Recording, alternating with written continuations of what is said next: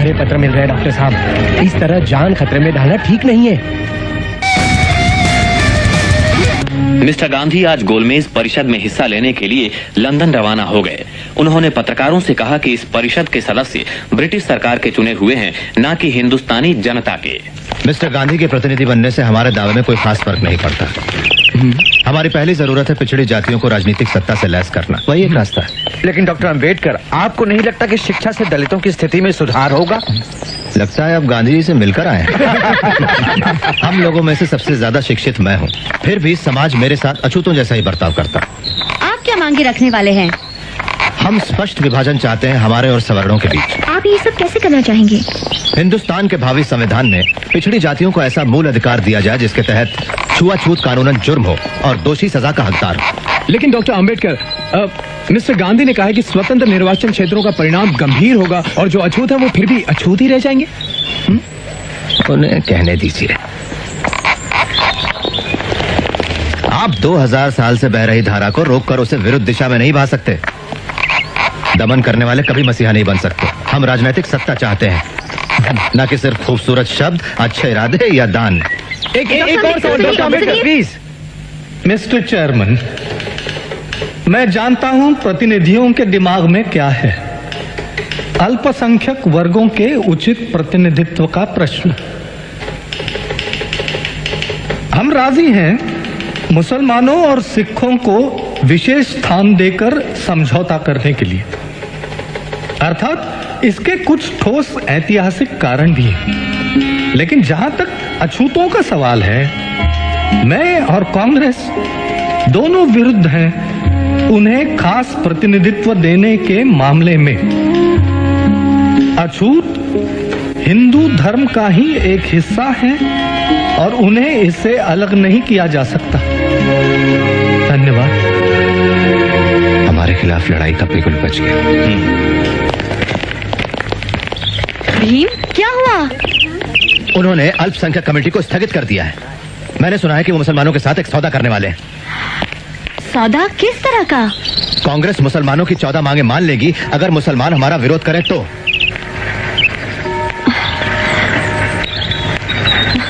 मेरी कुछ समझ में नहीं आता। तुम्हें जरूर कोई गलतफहमी हुई है। वो इतने बड़े संत माने जाते हैं, वो तुम्हारे साथ नाइंसाफी नहीं करेंगे। संत?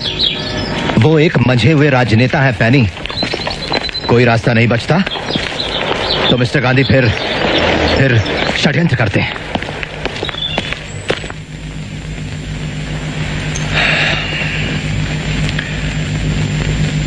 मिस्टर प्राइम मिनिस्टर और साथियों, मुझे बड़े दुख के साथ ये घोषणा करनी पड़ रही है कि हम सांप्रदायिकता के प्रश्न पर आपसी बातचीत के द्वारा किसी निर्णय पर पहुंचने में असफल रहे हैं। ये असफलता कमेटी के गठन में ही छिपी थी, जिसके सदस्य सरकार के प्रतिनिधि तो हैं, मगर जनता के प्रतिनिधि नहीं हैं। जहां तक कांग्रेस का सवाल है, वो सारे हिंदुस्तान का प्रतिनिधित्व करती है, जिसमें अछूत भी शामिल हैं। और मिस्टर चेयरमैन सर, मुझे इस बात में जरा सा भी शक नहीं है कि अपने समुदाय का पूरी तरह से प्रतिनिधित्व मैं करता हूं, पर महात्मा जी का दावा है कि कांग्रेस मुझसे ज्यादा अछूतों का प्रतिनिधित्व करती है। मैं इतना ही कहूंगा कि ये उन तमाम झूठे बयानों में से एक है जो गैर जिम्मेदार लोग अक्सर देते रहते हैं।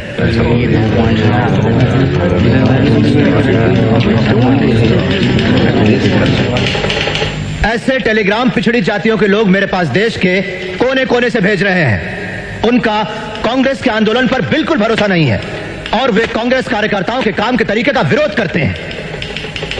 मैं एक और बात बताना चाहता हूं मिस्टर प्राइम मिनिस्टर, कि अछूत वर्ग हिंदुस्तान में सत्ता परिवर्तन के लिए शोर नहीं मचा रहा है, लेकिन अगर यह हस्तांतरण होता है तो सत्ता सिर्फ कुछ लोगों के हाथों में, विशिष्ट वर्गों में या किसी खास दल के कब्जे में नहीं होनी चाहिए। उस सत्ता में सारे समुदायों की सही साझेदारी होनी चाहिए।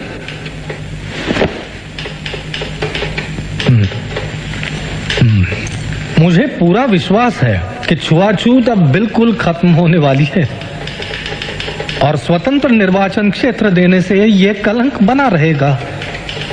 मैं हिंदुस्तान के एक कोने से दूसरे कोने तक जाकर यह समझाना चाहूंगा अछूतों को कि छुआछूत हटाने का यह तरीका नहीं है। मेरे लिए तो छुआछूत जिंदा रहने से बेहतर है हिंदू धर्म की मौत। मैं बड़ी इज्जत करता हूं डॉक्टर अंबेडकर की, पर ऐसा लगता है कि जिस भयानक अन्याय की चक्की में वे पिस चुके हैं और संभवतः जिन कटु अनुभवों से वे गुजरे हैं, उनके कारण वे गुमराह हो गए। डॉक्टर अंबेडकर का यह दावा कि वे समस्त अछूतों की वकालत करते हैं बिल्कुल उचित नहीं है। मैं ये विनयता से कहता हूं कि मैं प्रतिनिधित्व करता हूं हिंदुस्तान के समस्त अछूतों का। अछूतों के राजनीतिक अधिकारों की जो लोग बातें करते हैं, अपने हिंदुस्तान को कतई नहीं जानते। प्राणों की बाजी लगाकर इस तरह के राजनीतिक बंटवारे का मैं विरोध करूंगा।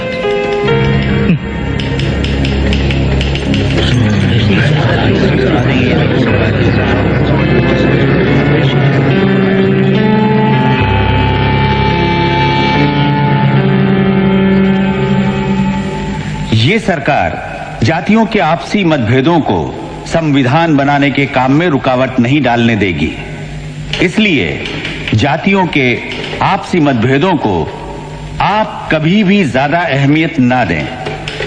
आप लोग, आप में से हर एक, इस कमेटी का हर एक सदस्य जातिगत सवाल को हल करने के लिए अपने हाथों दरखास्त लिखकर क्या मुझे भेजेगा और क्या मेरे फैसले को मानेगा। Thank you.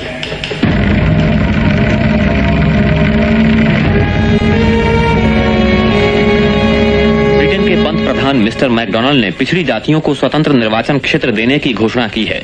यरोडा जेल में महात्मा गांधी ने कहा कि हिंदुओं का बंटवारा करने वाले इस निर्णय का वे तीव्र विरोध करेंगे।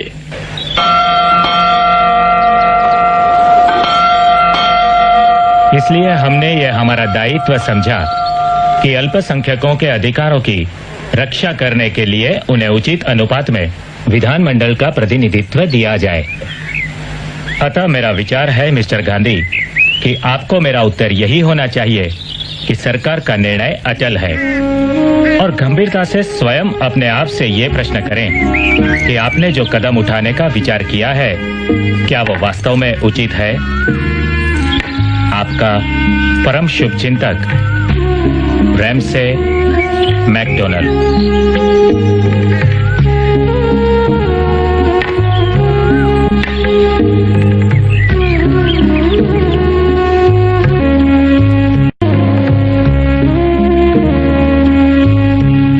मैकडोनाल्ड के अलग चुनाव क्षेत्र की बात गांधी जी ने तो कभी मानी नहीं।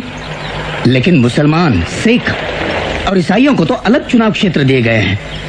वो उसका विरोध क्यों नहीं करते? सिर्फ हमें ही परे रखने की कोशिश क्यों कर रहे हैं वो? महात्मा जी के तरीकों की गहराई को समझना हम सामान्य जनों के बस में कहा। लेकिन महात्मा भी कोई अमर व्यक्ति नहीं है, ना ही कांग्रेस। महात्मा जी का विरोध करने के बजाय आप ये क्यों नहीं मान लेते कि वो छुआछूत दूर करने की बात को गंभीरता से ले रहे हैं?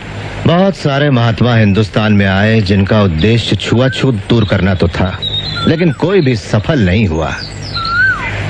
महात्मा आए और महात्मा चले गए, लेकिन अछूत फिर भी अछूत ही रह गए। अंबेडकर, अंबेडकर, अंबेडकर, अंबेडकर, महात्मा गांधी जिंदाबाद, महात्मा गांधी जिंदाबाद, डॉक्टर अंबेडकर, डॉक्टर अंबेडकर, अंबेडकर। आप लोग मुझे शांति से रहने क्यों नहीं देते? बहुत काम करना है मुझे। वहाँ गांधी जी खतरे में है और ये यहाँ शांति से जीना चाहते हैं। आप जाकर क्यों नहीं मिलते महात्मा जी से पूना में? आखिर क्यों? मैं जो चाहता हूँ मैंने बता दिया। मुझे काम करने दीजिए। कल सुबह मुझे कोर्ट जाना है एक केस के लिए। क्या पैसा कमाना तुम्हारे लिए गांधी जी की जिंदगी से ज्यादा जरूरी है? मैडम पेरिन और मिस्टर ठक्कर, आप नहीं जानते आप क्या कर रहे हैं। आपके नेताओं को रोजी रोटी की कोई चिंता नहीं होती होगी। अगर मैं काम नहीं करूं तो खाओ क्या, मेरा परिवार भूखों मरेगा। मुझे अकेला छोड़ दीजिए। डॉक्टर अंबेडकर, दुनिया भर से हमें तार मिल रहे हैं जिनमें गांधी जी की जिंदगी बचाने की प्रार्थना की गई है। महात्मा जी को बचाना ही चाहिए। लेकिन हमारे हकों के सामने आप गांधी जी की जिंदगी का प्रश्न आखिर क्यों खड़ा कर रहे हैं? आप चाहे तो मुझे फांसी दे दीजिए, लेकिन अपने लोगों के हकों की बलि नहीं चढ़ाऊंगा सिर्फ गांधी जी की जिंदगी बचाने के लिए। आप गांधी जी से विनती करें कि वो अपना उपोषण एक हफ्ता विलंबित करें और फिर हल ढूंढिए इस समस्या का। से बात मनवा लेने के अपने तरीके हैं, हमें भी अपनी इच्छा शक्ति दिखानी होगी। उपवास शुरू करके उन्होंने तो हमें खलनायक ही बना दिया। उपवास शुरू करके उन्होंने तो हमें खलनायक ही बना दिया।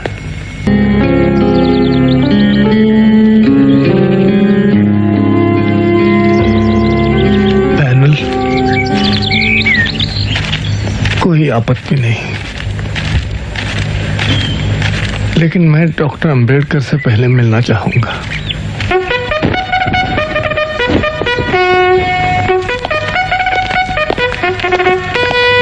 नमस्ते। नमस्ते। चलिए।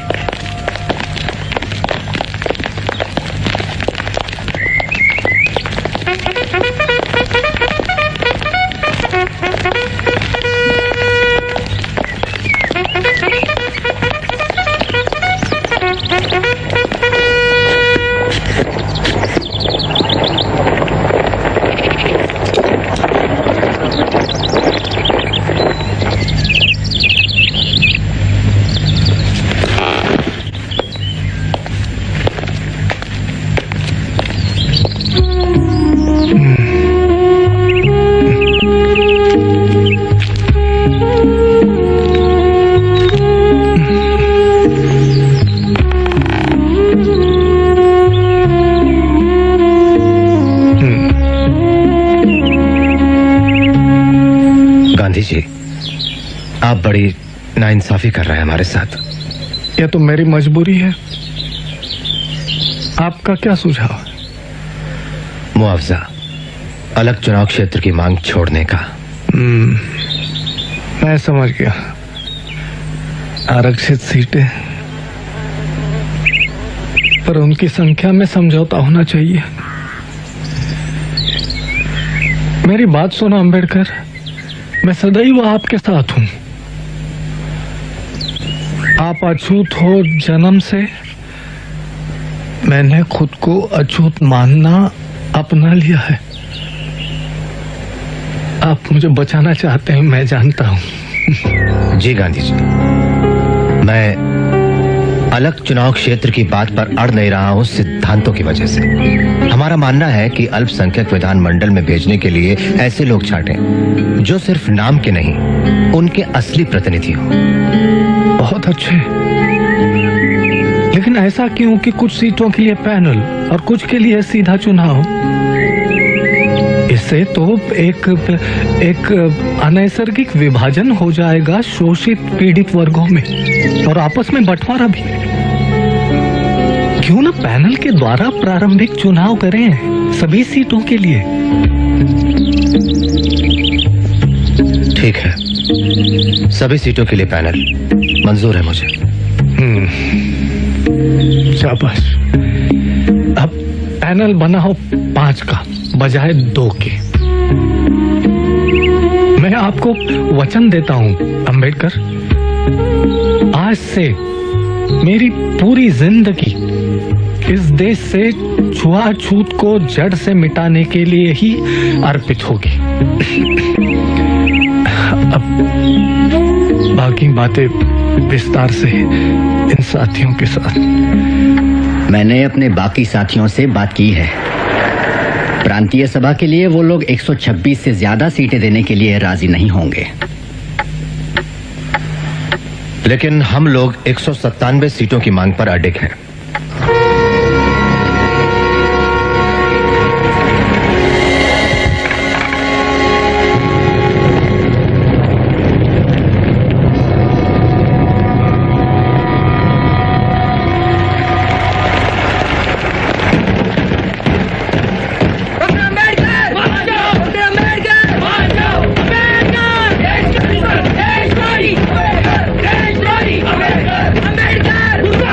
अंबेडकर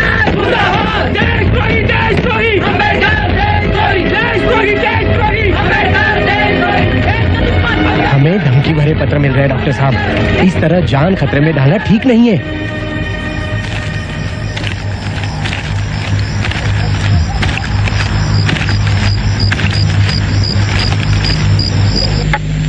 तो हम सहमत है 148 सीटें देने के लिए और हिंदू सीटों में से 10% सेंट्रल असेंबली में।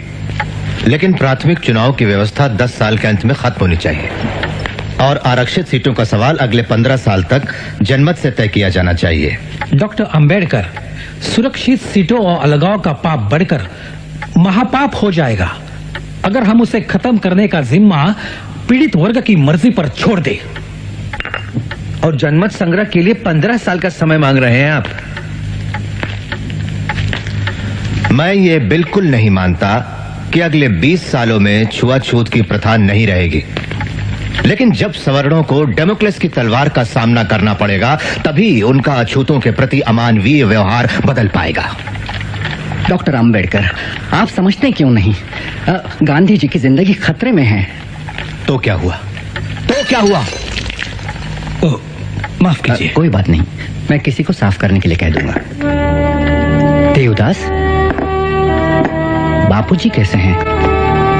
डॉक्टर ने कहा हालत गंभीर है, उनका ब्लड प्रेशर कम हो रहा है। उन्हें सांस लेने में तकलीफ हो रही है, वे बहुत कमजोर हो गए हैं।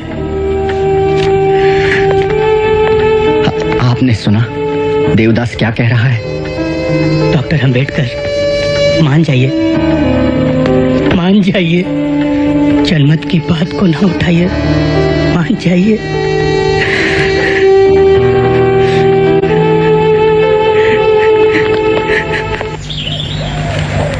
मैंने इनकी बहुत सारी बातें मान ली हैं बापूजी।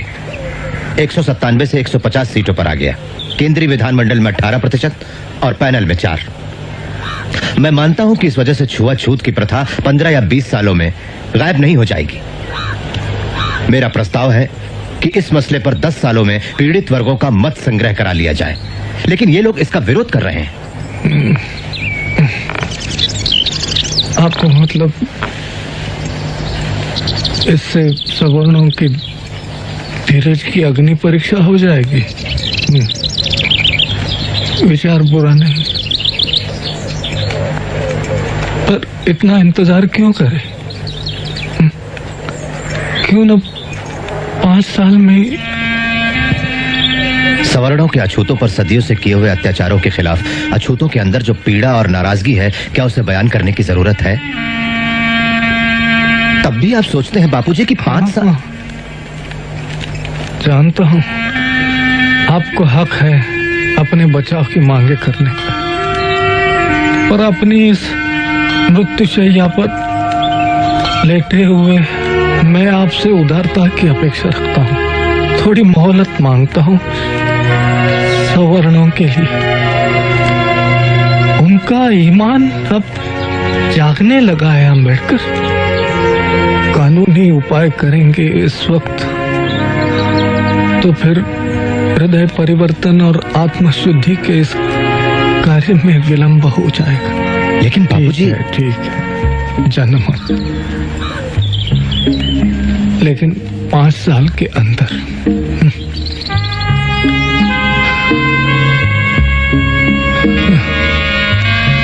5 साल या मेरी जिंदगी।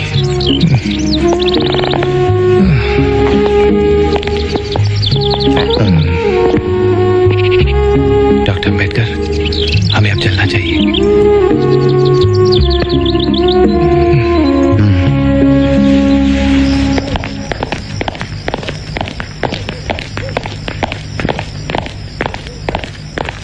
मिस्टर गांधी और डॉक्टर अंबेडकर के बीच लंबे समय से चला आ रहा आमना सामना आज आखिर पूना करार के रूप में खत्म हो गया। डॉक्टर ने इस पर जनमत संग्रह की शर्त के बिना दस्तखत करना कबूल कर लिया है। इस समझौते पे डॉक्टर अंबेडकर और पंडित मालवीय दस्तखत करेंगे। इससे गांधी जी का दीर्घ कुपोषण भी समाप्त हो जाएगा। मां फलेषु कदाचन मां कर्म फल हेतुर्भू माते संगोस्त्वकर्मणि।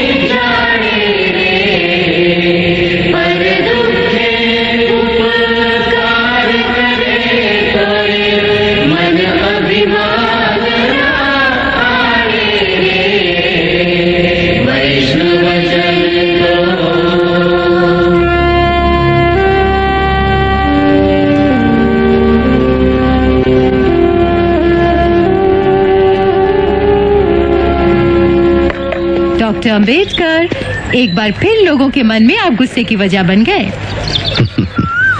मैं क्या कहूं मिस एप्स्टाइन, ये मेरा दुर्भाग्य है। इसमें कोई अतिशयोक्ति नहीं कि आज इस देश के हिंदुओं के दिल में सबसे ज्यादा नफरत मेरे लिए है। मुझे देशद्रोही करार दिया गया, नाशक ठहराया गया, हिंदुत्व का, इस देश का सबसे बड़ा दुश्मन करार दिया गया। लेकिन जब ये धुआं हट जाएगा और जब इतिहासकार निष्पक्ष होकर मेरी जिंदगी का वापस लेखा जोखा करेंगे, तब उन्हें जाकर मेरी देशभक्ति का एहसास होगा। ऐसा अगर नहीं हुआ तो? नहीं हुआ तो मैं परवाह नहीं करता। मैं जानता हूं कि पीड़ित वर्गों का मेरे काम में असीम विश्वास है। ये पक्का है कि मैं उनके दिल में हमेशा बसा रहूंगा।